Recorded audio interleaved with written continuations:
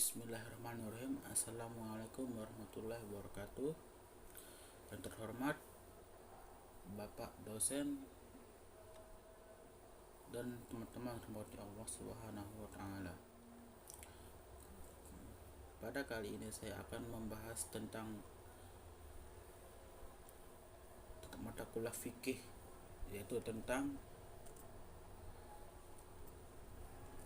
sumber hukum Islam atau hadis. Baiklah, saya akan membacakan yang pertama, yaitu latar belakangnya. Islam sebagai agama yang sempurna. Ajarannya diperuntukkan bagi seluruh manusia di muka bumi. Sebagai agama Islam mempunyai sumber ajaran Islam. Sumber ajaran Islam adalah asal atau tempat ajaran Islam untuk diambil sebagai sumber mengidentifikasikan makna bahwa ajaran Islam berasal dari suatu yang dapat digali dan dipergunakan untuk kepentingan operasionalisasi ajaran Islam dan pengembangannya sesuai dengan kebutuhan dan tantangan yang dihadapi oleh umat Islam. Setiap perilaku dan tindakan umat Islam, baik secara individu maupun kelompok, harus dilakukan berdasarkan sumber tersebut. Oleh karena itu, sumber ajaran Islam berfungsi pula sebagai dasar pokok ajaran Islam. Sebagai dasar, maka sumber itu menjadi landasan semua perilaku dan tindakan umat Islam, sekaligus sebagai referensi, tempat orientasi dan konsolidasi dan tolak ukurnya. Sebagai besar umat Islam sepakat menetapkan sumber ajaran Islam itu adalah Al-Quran, Al-Sunnah atau hadis, dan ijtihad. Sunnah hadis yang mempunyai pengurutan menurut ulama hadis sebagai segala sesuatu yang berasal dari Nabi Muhammad SAW, baik berupa perkataan, perbuatan, takrir, budi pekerti, perjalanan hidup baik sebelum menjadi rasul maupun sesudahnya. Inilah yang menjadikan kedudukan sunnah atau hadis menjadi dasar ajaran Islam. Yang kedua, setelah Al-Quran, kedudukan sunnah hadis dalam sumber ajaran Islam sangat strategis bagi kehidupan dan penghidupan umat, yang mana sunnah atau hadis berfungsi sebagai penjabar atau bayan dari ayat Al-Quran, baik itu secara bayan at-tahqiq dan bayan al-tafsir dan bayan al-tashhir.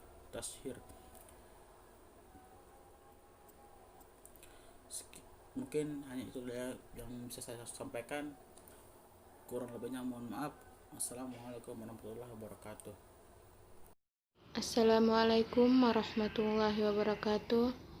Nama saya Mutmainah Tulung. Saya akan menyambung materi dari Saudara Anang Ferdiansa. Di sini saya akan membahas tentang hadis sebagai sumber hukum Islam kedua.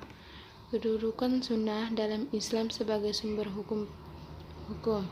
Para ulama juga telah konsensus dasar hukum Islam adalah Al-Quran dan Sunnah. Dari segi urutan tingkatan dasar Islam ini, Sunnah menjadi dasar hukum Islam, tasiriyah, kedua setelah Al-Quran. Hal ini dapat dimaklumi karena beberapa alasan sebagai berikut.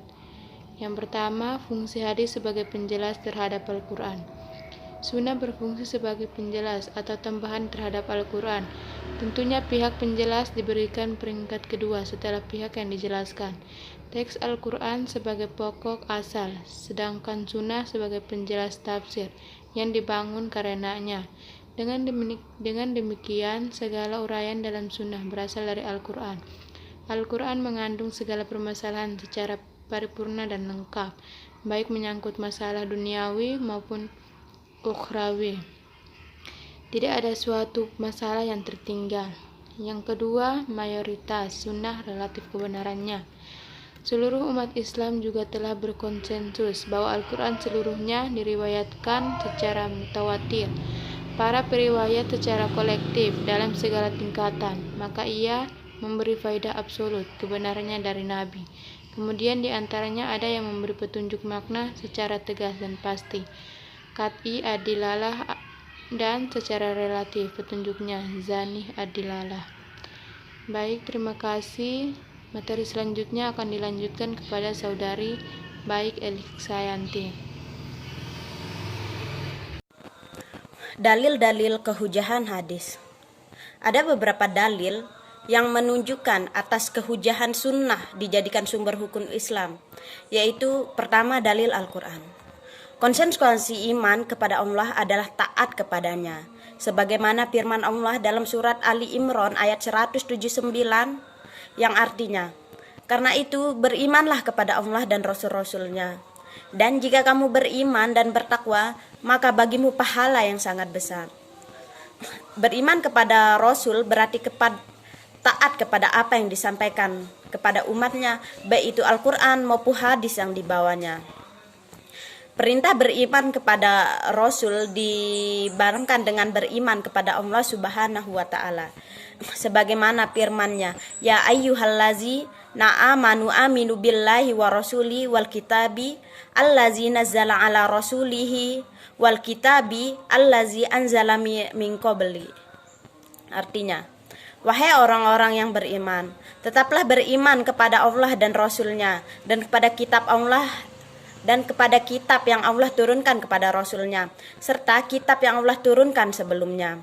Kewajiban taat kepada Rasul yaitu karena menyambut perintah Allah Subhanahu wa Ta'ala, sebagaimana firman Allah, wa ma arsalna mir rasulin illa liyuta'a biiznillah. Artinya, dan kami tidak mengutus seorang rasul melainkan untuk ditaati dengan seizin Allah.